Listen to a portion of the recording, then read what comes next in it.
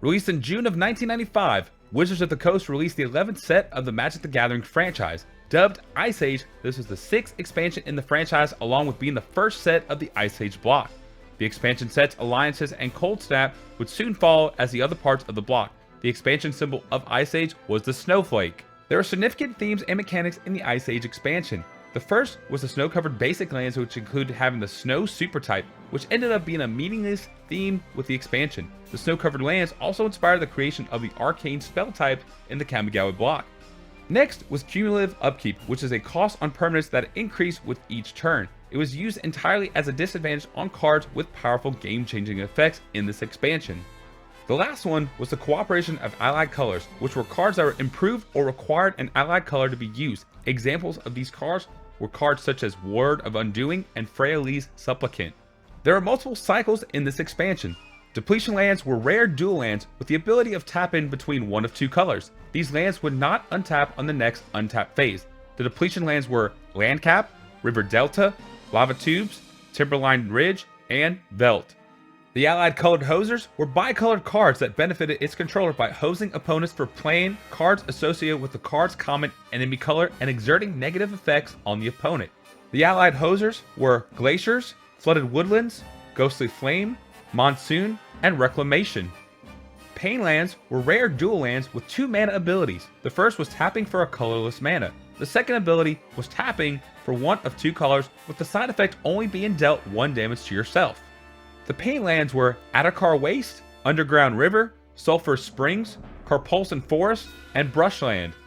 The storyline continues on from Antiquity set after the Silex Blast of the Brothers' War. The climate of the plane of Dominaria changed drastically. All major civilizations over the years after the Silex Blast were destroyed by conflict or the ice. New cultures arose fighting for survival, which include the Elvish Society of Finhorn, the Balduvia Barbarians, and the Soldier Nation of Yeldor. A new threat rose, however, in the form of a necromancer named Limdul, who performed twisted experiments in order to unleash the undead horde on these new civilizations. The new civilizations must work together to stop the necromancer or else be destroyed. The storyline of Ice Age was based on the Scandinavian culture and off Norse mythology. The print run of this set was set at 500 million cards, but the print run was set over a series of months rather than being all at once. Cards were available from June of 1995 all the way until the end of 1996, with the actual printing stopping in February of the same year. These cards were available in starter decks and was the first set to have booster packs with individual foil wrappers and different artwork.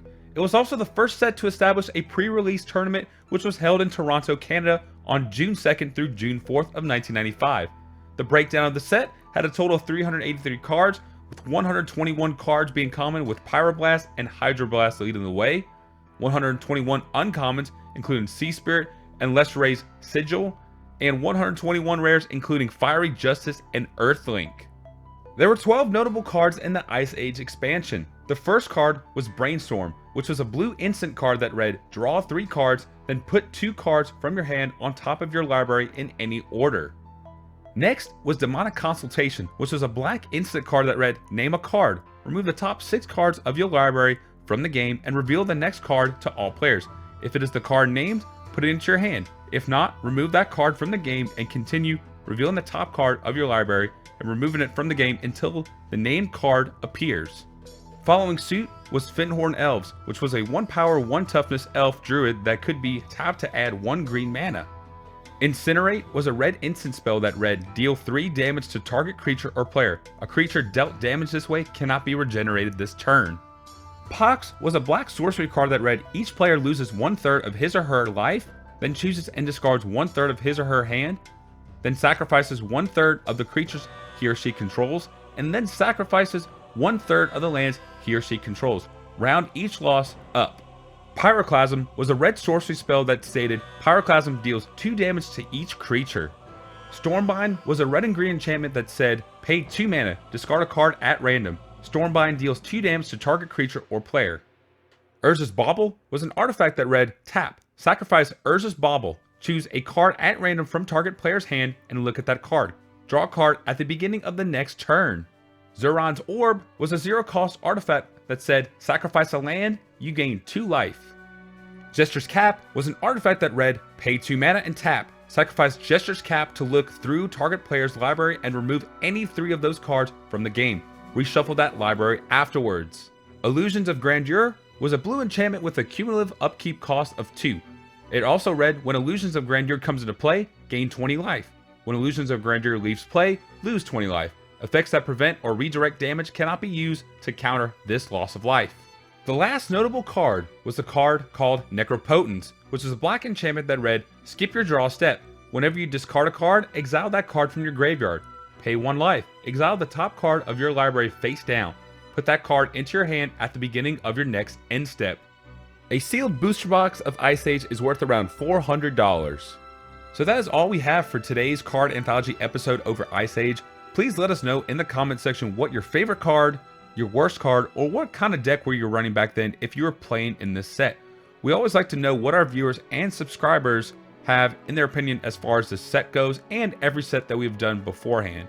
That is all I have today, everybody. If you like our Magic the Gathering card anthology series, please like our video, subscribe to our channel for more content, and please share this on your social media pages.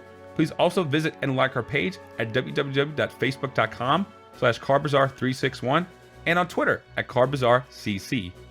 If you missed our last episode over 4th edition, please go ahead in the description below and hit the link.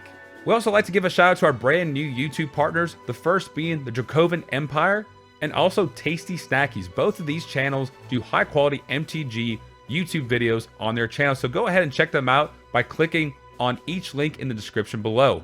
We also like to give one more shout out to Heroes and Legends MTG. This is a channel that has been trying to help us get on the map for the YouTube business as well.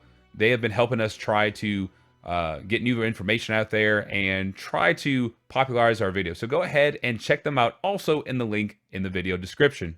This is Coach signing out, and we will see you guys next time at the Card Bazaar.